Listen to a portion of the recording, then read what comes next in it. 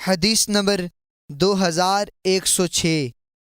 حضرت شعبی بیان کرتے ہیں، نبی اکرم صلی اللہ علیہ وسلم نے ایک میت کے دفن ہونے کے بعد اس کی قبر پر 4 رکعت پڑھیں تو 4 تکبیریں کہیں۔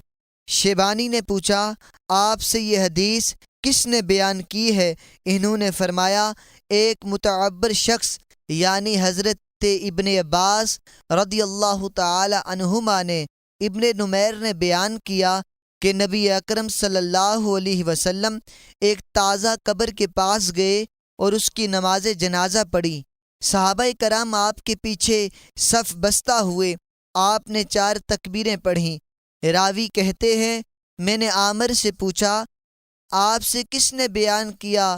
تو انہوں نے کہا، ایک ایسے متعبر شخص نے جس کے پاس حضرت ابن عباس رضی اللہ تعالی عنہما آئے تھے۔